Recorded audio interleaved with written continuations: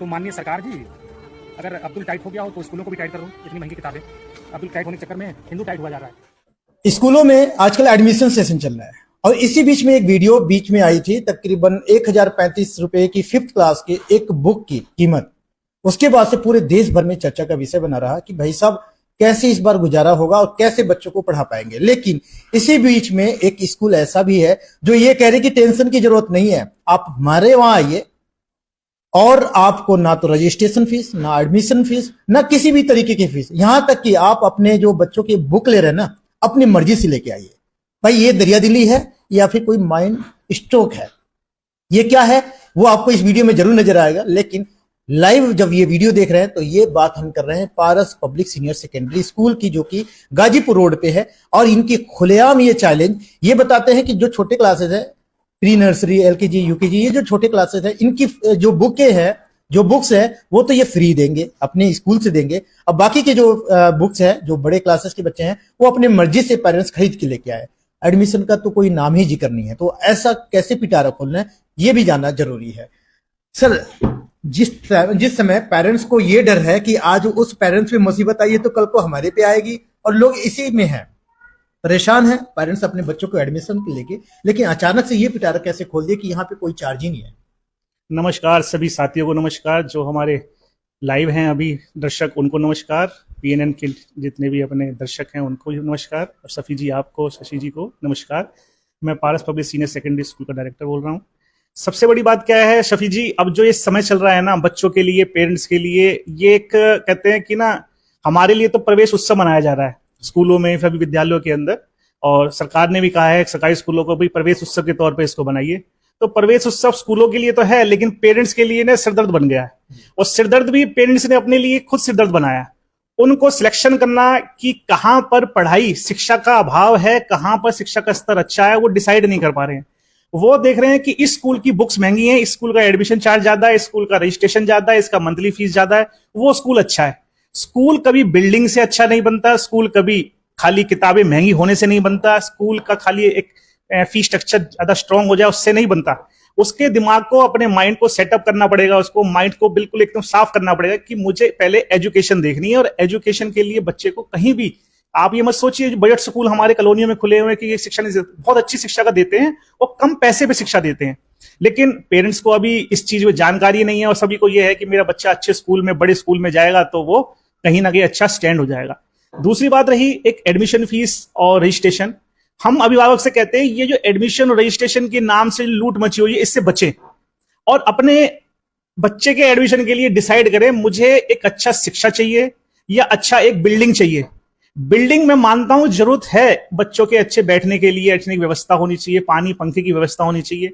तो ये सब निजी मूलभूत सुविधाएं कॉलोनी के स्कूलों में भी सारी चीज अवेलेबल है। सर, बीच में जो वीडियो आई थी, हाँ जी, आपने भी देखा होगा कि 1035 रुपए की एक बुक अगर 5th क्लास के बच्चे की आ रही है, अगर 3-4 पेरेंट बच्चे हैं जिस घर में, वो पेरेंट्स तो मर जाएगा ऐसे टाइम में। बिल्कुल, देखो आप बिल्कुल सही कह रहे हैं। जो ये आपने क्वेश्चन पूछा ये बहुत वायरल हो रहा है, और मैं उस बात के लिए यही कहना चाहता हूं पेरेंट्स को, आप ना आजाद हैं, लेकिन आपकी मजबूरी ये क्यों है कि आपको उसी विद्यालय में पढ़ाना है? विद्यालय चेंज कीजिए आप। बहुत विद्यालय हैं ऐसे, हमारे जैसे विद्यालय जो कि बिना रजिस्ट्रेशन के, बिना एडमिशन के फीस के जो चल रहे हैं। भाई हम दूसरों के बारे में ज्यादा ना कहते हुए मैं तो ये ज्ञान देना चाहता हूं, ये बताना चाहता हूं कि हमारे विद्यालय में कोई भी वार्षिक एनुअल चार्ज कह दें या एडमिशन फीस कह दें या रजिस्ट्रेशन, ये 3 अलग अलग नाम से लूट मची हुई है। तो हमारे विद्यालय में हमारी संस्था द्वारा एक साफ सिद्धांत बनाया हुआ है, खाली बच्चे को मासिक फीस देकर के। ये इस वर्ष से नहीं है, ये 3-4-5 साल से हमारा शुरू से, जब से हमने डिसाइड किया है आफ्टर कोरोना कि भाई हम बच्चे जो हमारे पास आते हैं, किसी पेरेंट्स के 4 बच्चे हैं, किसी के 3 बच्चे हैं, वो बेचारे असमर्थ हैं, इतनी फीस नहीं दे पाते हैं, 15-20 हजार तो उनकी सैलरी है, वो कहां से गुजारा करेंगे। तो हमने 3-4 साल पहले हमारी संस्था ने ये बैठकर डिसाइड किया कि हम अपने विद्यालय के अंदर जो बच्चे पढ़ रहे हैं, कोई एडमिशन फीस नहीं, कोई उनका एनुअल चार्ज नहीं, कोई रजिस्ट्रेशन नहीं, प्रत्येक वर्ष का नहीं लूट है। तो मैं जो कह रहा हूं एक सिनेरियो बना हुआ है दिमाग में कि हाँ भाई महंगी फीस है, महंगी बड़ी बिल्डिंग है तो अच्छा होगा, और शिक्षा को देखिए। दूसरी बात, आज की तारीख में एनसीईआरटी की बुक्स जो है मार्केट के अंदर अवेलेबल नहीं है। अवेलेबल क्यों नहीं है? क्योंकि हमारी सरकार के पास वो ढांचा नहीं है कि उस ढांचे के हिसाब से इतनी बुक्स को अवेलेबल करवा दे। गवर्नमेंट स्कूलों में बुक्स अवेलेबल नहीं होती है, वो तो बच्चे पुरानी बुक्स लेते हैं। इससे ये जो हम कहते हैं ना, ये समस्या का समाधान हो जाता है। अगर पुरानी बुक्स बच्चे ना लें तो ये नई बुक्स जो एनसीईआरटी की हर वर्ष अवेलेबल इतनी हो ही नहीं पाती है जितना कि पेरेंट्स को चाहिए। तो दिक्कत अभी यहाँ आ रही है कि कई बार मैंने देखा है कि स्कूल वाले हर साल अपने बुक्स को भी बदलते रहते हैं। प्राइवेट जो पब्लिशर्स होते हैं वो अच्छे खासे दाम वसूलते भी हैं, तो ऐसे में क्या कर पाएंगे वो पेरेंट्स? क्या आपके वहाँ अगर जैसे एडमिशन तो कराना ही कराना है, तो अगर यहाँ पे या फिर और स्कूल वाले ऐसे हैं तो उनके पास जाना चाहिए जो बिल्कुल जी, मैं ये कहता हूं कि पेरेंट्स को उस स्कूल की तरफ रुख करना चाहिए जहां पर एक तो ये हर वर्ष एडमिशन और एनुअल चार्ज के नाम से लूट हो, वहां नहीं जाना चाहिए।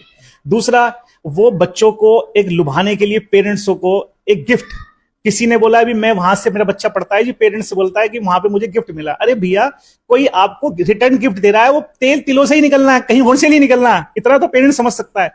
जब आप बच्चों की मासिक फीस दे रहे हैं, उस मासिक फीस के अंदर स्कूल को बच्चों के लिए अच्छी एजुकेशन के लिए टीचर चाहिए, अच्छे पानी की व्यवस्था करना है, अच्छा बिजली के लिए जनरेटर व्यवस्था करना है, ये सारी चीज मूलभूत सुविधाएं उपस्थित करके देगा आपको, तो उसके लिए वो आपसे मासिक फीस ले रहा है, तो दैट इज सफिशिएंट, बहुत ही उपयुक्त है उसके लिए, उससे उसका सारा काम चल जाता है।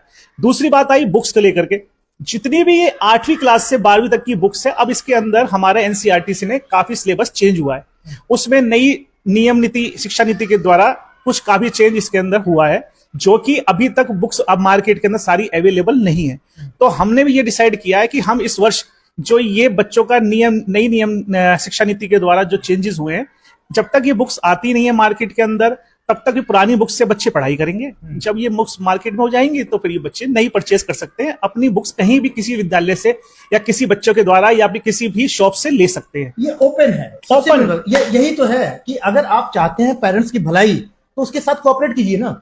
जो रेट जो चल रहे हैं भगे पेरेंट्स से, पब्लिशर्स में या दुकान पे इतनी भीड़ लगी पड़ी है, क्या वो पुरानी बुक से नहीं पढ़ सकता है क्या? जब वो बच्चा 4वीं क्लास में पढ़ रहा है जिस बुक से, अगली बार 5वीं में जा तो बेकार होगी, ये क्या मतलब है? बिल्कुल बिल्कुल, देखो जी, उसके अंदर अपना अपना सबने एक सिस्टम बनाया हुआ है, उसके अंदर बुक्स के अंदर रिटर्न वर्क भी होता है।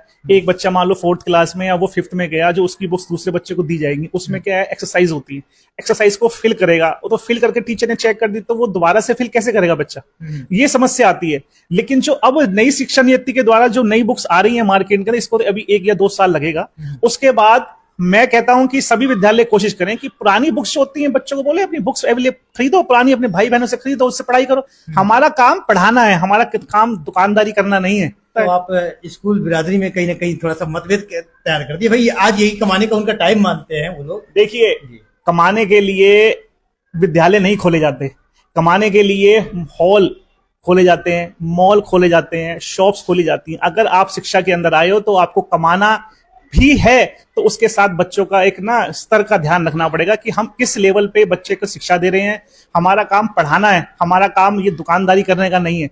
तो इसको शिक्षा में अगर आए हैं तो ये सोच के आइए, और नहीं तो अपने घर बैठिए अगर शिक्षा में इस तरीके काम नहीं करना। पेरेंट्स के लिए ये एक बार फिर से मैं रिमाइंड करा दूं कि पारस स्कूल की जो आपने इस बार, चाहे पहले से आप करते आ रहे हैं, तो स्ट्रेट फॉरवर्ड, नो हिडन, कोई ऐसा चार्ज है तो क्या क्या चीज देते हैं एडमिशन पे, आप कैसे करते हैं? हमारे यहाँ कोई बच्चा आता है फर्स्ट टाइम, वो नर्सरी में आता है, एलकेजी में, यूकेजी में, first up to 12th 11th class, कोई बच्चा आता है, उसका 1 टाइम रजिस्ट्रेशन होता है, और वो भी बहुत मिनिमम चार्जेस हैं, और 1 टाइम है ये नहीं है उसके बाद हर वर्ष उससे उसके नाम से 2,000-3,000 रुपए फिर लिए जाए।